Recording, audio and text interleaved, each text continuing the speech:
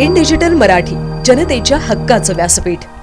आपल्या मैत्रिणीकडे वाढदिवसाच्या पार्टीसाठी गेलेल्या एका 22 वर्षीय तरुणीवर मैत्रिणीच्याच परिचित दोन तरुणांनी सामूहिक बलात्कार केल्याची धक्कादायक घटना बदलापूर येथील शिरगाव भागात समोर आली आहे। या प्रकरणी तरुणीला गुंगीचे औषध देणारे मैत्रीण आणि बलात्कार करणारे संतोष रुपवते तसेच शिवम राजे या दोघांविरोधात बलात्काराचा गुन्हा दाखल करत आरोपींना अटक करण्यात आली आहे।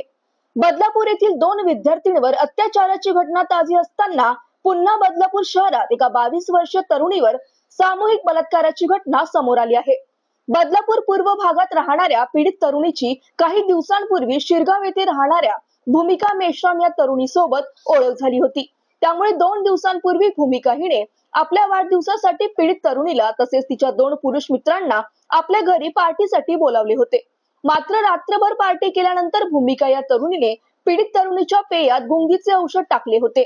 त्यामुळे बेशुद्ध अवस्थेत असलेल्या तरुणीवर तरुणीसोबत तिच्या घरी आलेल्या इतर 2 मित्रांनी सामूहिक बलात्कार केला।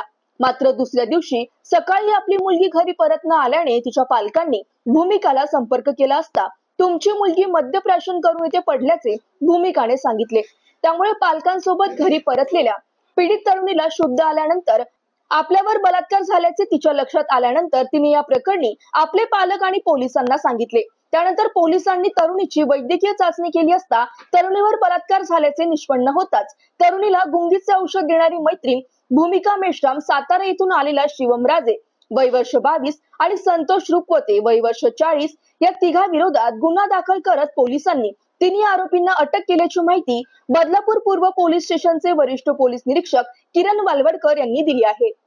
बदलापूर पूर्व पोलीस ठाण्याच्या 4 ते 4-5 तारखेच्या दरम्यान एका ठिकाणी वाढदिवसानिमित्त एका महिलेने पार्टी ठेवली होती। त्यामध्ये तिची मैत्रीण आणि 2 पुरुष या त्या ठिकाणी त्या वाढदिवसाला हजर होते।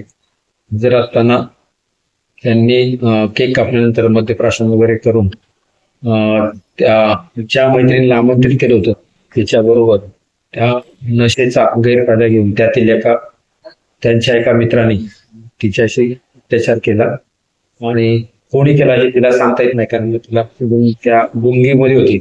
एकतर तिला दिलेल्या गुंगीचं औषध असेल किंवा दारूच्या नशेत असेल। त्याच्यामध्ये ते सर्व जे आरोपी आहेत 3 आरोपी त्यांना अटक करण्यात आलेली आहे। त्यामध्ये आम्ही पुढचा तपास करत आहोत।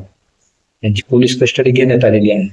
पुढील सखोल तपास आमच्या महिला पोलीस निरीक्षक अनु शर्मा व पोलीस निरीक्षक गुन्हे गज्जल साहेब यांच्या मार्गदर्शनाखाली आणि आमच्या मार्गदर्शनाखाली सहजचा तपास सुरू आहे।